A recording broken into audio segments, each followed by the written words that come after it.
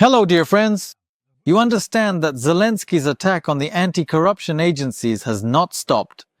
We all hoped that it would stop, but it hasn't. We had genuinely believed that after the significant bill number 12,414, which was thoroughly passed by the esteemed members of parliament at the direct instruction of the president's office, and subsequently after they completely rolled back this particular bill, everything would truly start to get much, much better. That is, Nabu would continue to go after Zelenskyy's inner circle, and people would keep watching as Zelenskyy's thieves, who have simply robbed this country, and Zelensky himself, who pretended to be a superhero, would gradually turn into what they really are: corrupt, thieving scum. But no, Zelensky did not stop. Zelensky continues his attack on the anti-corruption agencies, in particular on Nabu and Sap. He simply wants to destroy Nabu. In this regard, some Ukrainian media outlets have started to publish good pieces that tell things more as they really are. It's very hard right now to find any coverage that actually tells it like it is. Of course, this isn't thanks to any Ukrainian journalists or investigators. These reports seem to be coming from the West. After all, Zelensky is getting a message. So, 2 months have passed since the repeal of that idiotic law and Zelenskyy's public humiliation in front of everyone, but the SBU, the Prosecutor General's Office, and the State Bureau of Investigation are just Zelenskyy's henchmen, and they haven't stopped their own people. Moreover, not only did they not stop their attacks, they actually made further advances. Specifically in matters like the strategic agreement with the UAE, and this was truly a strategic agreement at the highest level, this is not something that SBU General Poklad would negotiate on his own. Poklad was involved in bringing back the deputy Kristenko, yes, who is supposed to testify against the Nabu detective. But nevertheless, it wasn't Poklad who negotiated the agreement. These negotiations were conducted by Zelensky. Of course, Zelensky personally reached an agreement with the leadership of this emirate, or the UAE as a whole, regarding the transfer of Kristenko. According to our information, the transfer of Kristenko took place completely outside of any legal framework, because according to the registries, Kristenko still appears to be in the United Arab Emirates, but in reality, he is in Ukraine. Do you understand? Moreover, according to the documents in the database, he is still undergoing the extradition procedure, and that procedure can't just be bypassed. So that's what they've come to. Why do they need Kristenko? Solely in order to remove the Nabu detective who was investigating Mendik, who is basically the wallet of Zelensky and Yermak. In other words, they take this Kristenko gives all the necessary testimony, and if he doesn't, they beat the crap out of him. But he will give it, because they know how to get what they want. After that, they turn the Nabu detective into a Russian spy, and thus want to completely destroy the investigation against Mendik. Interestingly, as follows from the open Ukrainian materials, many Ukrainian citizens don't even understand what's going on. That's the problem, because no one is telling them about it. Well, there was some kind of problem, people came out onto the street, some young people with cardboard signs showed up, and that was pretty much it. Zelensky rolled everything back. This follows from the results of the survey. 16% are inclined to trust the SBU, while 26% of Ukrainians see the stripping of independence from anti-corruption bodies as a power struggle among law enforcement agencies. In other words, they just can't divide things up among themselves. You know what? They can't divide things up. And people don't even realize that the main reason for this whole power struggle among law enforcement is that Nabu got very close to Zelensky. They started to closely investigate his inner circle. And they say that the trigger, the thing that really set Zelensky off in the president's office, wasn't even that they got close to Chernyshov. And this is one of the people closest to Zelensky. It wasn't even that they got close to Zelensky and Yermak's wallet, Mendik, who has $1.7 billion in crypto alone. Apparently, the real explosion happened after Nabu started building a case against the so-called lawyer hackers who were officially charged on April 2nd. And that became the trigger. The thing is, there was a certain lawyer, Dmytro Borzik, who of course is unknown to the average Ukrainian, but is well known in certain circles. He is the godfather of SBU General Poklad. And this godson of SBU General Poklad led a team of people who hacked into the ERDR databases. For what purpose? They would inform the subjects of NABU investigations that a search or some investigative action was being planned against them. And for a long time, by hacking into the state databases of the Unified State Register, they warned NABU subjects that something was being prepared against them. Basically, hide your computers or leave the country. You get it, right? This Dimitro Borzik has long-standing and close ties, not only with Poklad, because they're practically relatives, but also with the current Prosecutor General Kravchenko. These are very old connections. Well, now think about that. Poklad is constantly with Yermak, Kravchenko, Zelenskyy's man, and leads a group of hackers who warn corrupt officials when NABU is closing in on them. These people, well, it's a close circle. That's when they really started to worry. After this group of hackers was busted along with their leader, they became like blind cats.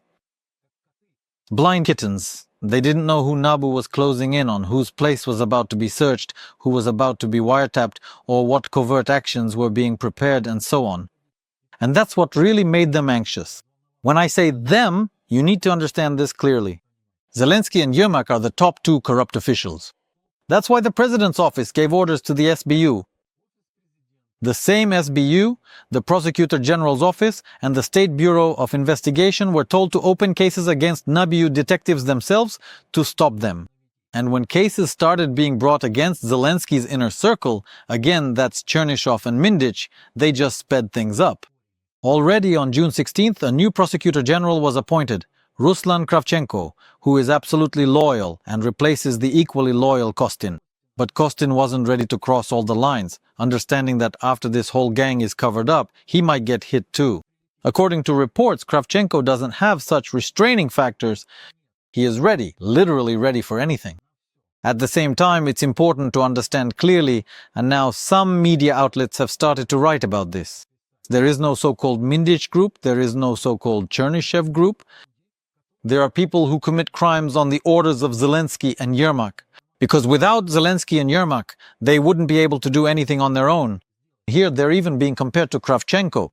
Kravchenko is a young oligarch of Yanukovych, who was the one who handled Yanukovych's affairs, so to speak. So he could exist without Yanukovych, but these people can't exist without Yermak and Zelenskiy. This is a truly organized criminal group. And as for the scale their crimes have reached, we can judge that just by looking at the company.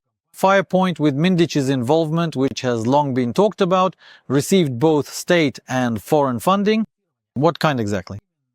I wrote earlier that the Danish government, using its broad powers, repealed 20 of its own laws so that a plant, a military plant, could be built on Danish territory. Strict safety standards, which are mandatory for such hazardous production, will be ignored. So who is this for? For Firepoint? And the Ukrainian company Firepoint received 1 billion euros from the Danish government to build its plant on Danish territory. Publicly, they claim that we must help Ukraine, that Ukraine is holding back Russian aggression there, working for our security, and so on. But privately, I am sure that Danish leaders are also getting kickbacks from the theft of Ukrainian money. Notice how much interest Ukrainian leaders Zelenskiy and Yermak have suddenly started showing in Denmark. And the Danes in turn are showing interest in Ukraine. They fly in, they negotiate, and then they go there to negotiate again at the beginning of September. And the Danes are negotiating as well. With their taxpayers' money, they are building a factory for 1 billion, which is allegedly owned by Mindich. The wallet of Zelenskiy and Yermak, it's a laundering scheme. They will simply be laundering gold. The German government is allocating more billions of euros, but for the Germans, let's say, that's understandable. They're just stupid. And here, I actually believe that they don't even get any money or kickbacks from this. So they allocate money to a company, a private company, which suddenly receives a third of all the orders in a country at war.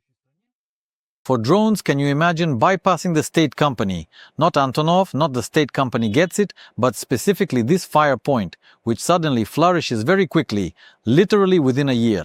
A year after it even appeared, Zelenskiy is already mentioning this company in his New Year's address. Understand, that just doesn't happen. 30% of everything mentioned in this lesson, everything our guys have on the battlefield, all of it was made in Ukraine.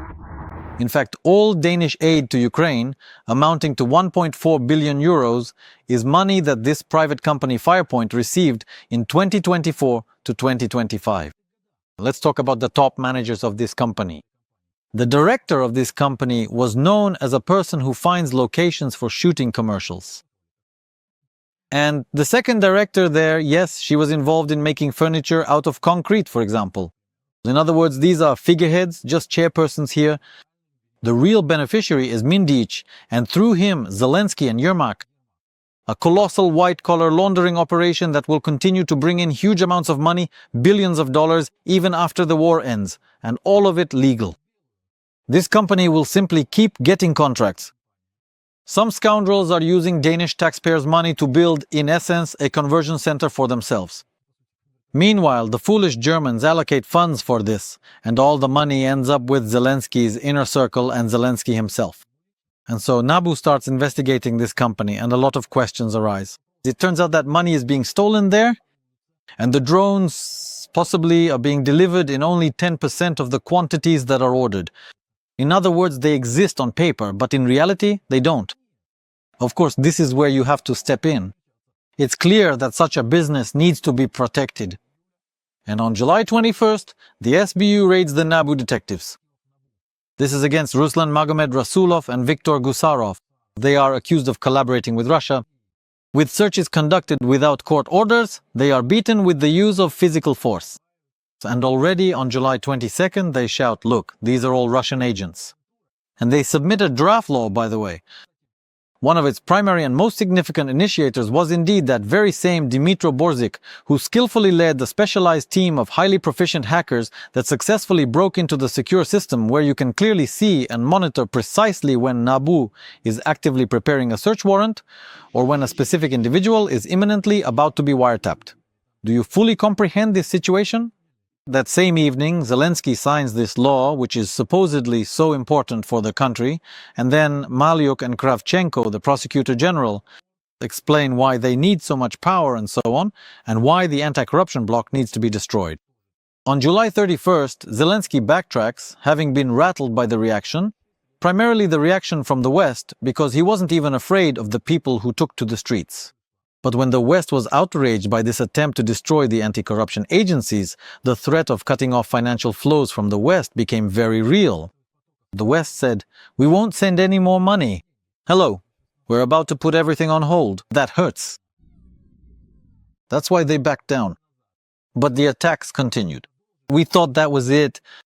But in any case, this battle was won. And Zelenskyy would calm down a bit. But this scumbag didn't calm down. They started to implement the so-called death by 1,000 cuts tactic. That is, they introduced amendments for the second reading of Bill 12.439 on business protection. And there's a provision there about exemption from liability for tax crimes and smuggling. This is a powerful blow against NABU and SAP. It's a get-out-of-jail-free card for the scoundrels working for the president's office. They get a free pass. They're exempt from responsibility for crimes, for tax crimes. If you commit a tax offense, they'll come after you and you'll be running in circles over your unpaid 5,000 hryvnias. But they're being let off the hook. Next, Bill 11.228.1 on countering the intelligence activities of foreign special services. This one is just wonderful.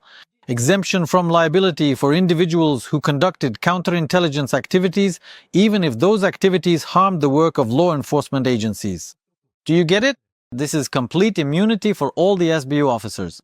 The ones who are wrecking the anti-corruption agencies, as if they're supposedly looking for spies there.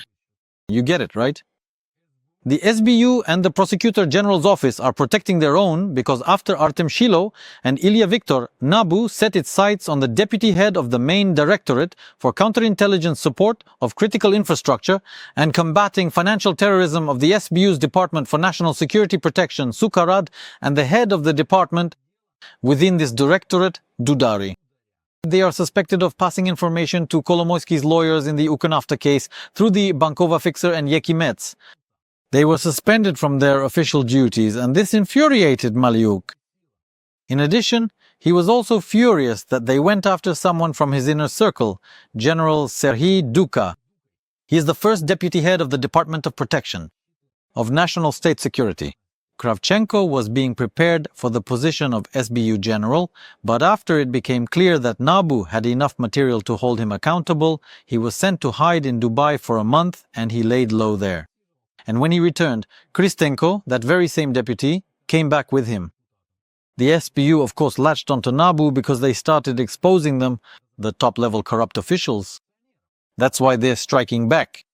They went after Husarov, a NABU employee who is accused of having been recruited, no one knows when, by the FSB, allegedly passing important information through some people connected to Yanukovych and other nonsense. Well, the second one, of course, is Magomed Rasulov. He was also detained on July 21st. He was the one responsible for organizing the documentation in the Mindich case. He allegedly had contacts with Russia. He was selling industrial hemp to Dagestan and so on. He is under a lot of pressure, particularly through his relatives. The SBU likes these kinds of cases. That's why his father, who was also imprisoned before the court hearing, was taken to a separate room where about 7 people came in, stripped him completely naked, supposedly for a search, and humiliated him as much as possible. This is how they put pressure on the NABU detective. And just yesterday, the SBU brought another charge against Magomed Rasulov, claiming that he was allegedly involved in some activities related to tax fraud.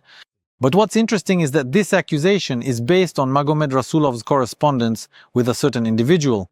And this certain individual is currently an assistant to Prosecutor General Kravchenko, the very same Prosecutor General who signed the charges against Magomed Rasulov for allegedly helping others evade taxes. The very same Prosecutor General who previously headed the tax service. And now they say he has mastered both conversion centers and the gambling business very well. And apparently the one enlightening him in all this is a certain Sergei Vezmikin, who until 2019 was the deputy head of the Department for Economic Protection of the National Police. He is among the most trusted circle of Prosecutor General Kravchenko and provides him with private security. And the third case they're using as leverage is against Detective Tebekin. He is accused of buying an apartment in Uzhgorod for $100,000. On what grounds? His wife was stopped at the border, her phone was taken, they went through it and found some kind of correspondence there. The second accusation against him is that he failed to report that his parents are in a non-government controlled territory. But the thing is, they are not accusing Plepso of failing to report this in 2024, but rather that his parents have only just started living in the non-government controlled territory, which, thanks to Zelenskiy, is now not under government control. So, during the next check, he would have reported it. He didn't break any rules. Yet they are charging him with this, and this is another case the SBU is using to put pressure on NABU. But when I say the SBU, you have to understand that the pressure is coming from Zelenskiy and Yermak. These are direct orders from Zelenskiy himself, from that scumbag. Even though that hacker group, which was extracting information about upcoming searches and other investigative actions, was exposed, it suddenly turned out that there was once again some suspicious activity happening in the registries. Who was looking at this? They say maybe the judges? It could be the judges, but most likely it's not the judges. By the way, right now the Temporary Investigative Commission, created by Vlasenko and Buzansky, 2 individuals who were the main figures in destroying NABU's independence at the request of the President's office, are reportedly bombarding the High Anti-Corruption Court with all sorts of inquiries. It's very strange. They're somehow showing interest in the list of judges who don't have state. There's Chernyshov and also Shurma, who was Yermak's deputy from 2021 to 2024. And again, according to NABU's investigation, the Germans searched his estate near Munich and seized his phone. And it's precisely this phone with the messages that NABU needs. But this Sharma is already saying that it's political persecution, as I understand it. They're politically persecuting him, NABU, yes, and they're asking not to hand over the phone to the Ukrainian side. The Ukrainian side means NABU, because of course that phone contains a huge amount of information about the corruption of Zelensky and Yermak. What's also interesting is that the Mindich tapes, these recordings, the listening device wasn't in the ceiling but below. And right below Timo Mindich's apartment is the apartment of the daughter of a certain Andriy Derkach. Andriy Derkach, who miraculously avoided all sanctions, who has a criminal case but no conviction, and who is now nothing less than a Russian senator. Can you imagine such strange coincidences? And now people are starting to wonder, maybe this is some kind of special operation, a really bad one, and maybe the data about the corruption of Ukraine's top leadership are now, well, in different hands. But nevertheless, Andriy Derkach, by the way, we might actually make a separate video about this because it's really a very strange situation, because Andriy Derkach even has a foundation and it hasn't been shut down. That is, all my media outlets, whether closely or distantly connected to me, have been sanctioned, as has my entire family. Andriy Derkach doesn't have anything like that. A senator, just for a moment, of the Russian Federation will be putting pressure on NABU director Krivonos because he has a rather specific background. And I've talked about this before, that the leadership of these organizations, both NABU and SAP, is actually under control. But the detectives themselves are not under anyone's control, and they deserve respect for that. But they're making a mistake. Let me say it again. They're trying to beat lawless people by using legal methods. It's like playing chess. Even if you play brilliantly, you can't beat someone who doesn't play by the rules. Someone who hides pieces, throws things at you, plays Chapayev instead of chess. You just can't win. That's why NABU detectives need to make this information public through trusted intermediaries and gradually reveal what's really going on. Don't be so closed off. You won't win by sticking strictly to the law. At the same time, it's not a given that those people will win either. Why do I draw this conclusion? Because Oleg Tatarov, who was initially very actively involved in this attack on NABU and SAP, has now faded into the background, as if he's stepped back and he's someone who's been in the know since the Yanukovych era.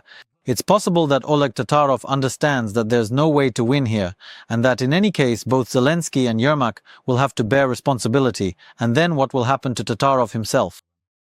That's the situation, friends. It's very important to talk about what's happening. There's a real offensive against the anti-corruption agencies going on. And their only fault is that they started an investigation and got close to this vile thief, corrupt official, and scoundrel who, over the past few years, thanks to the Russian invasion, has been turned into some kind of important statesman, and even an icon. In reality, he is a thief, one who is robbing the country at its most difficult time. We keep watching, we support NABU, and we understand what's going on. Subscribe to stay informed.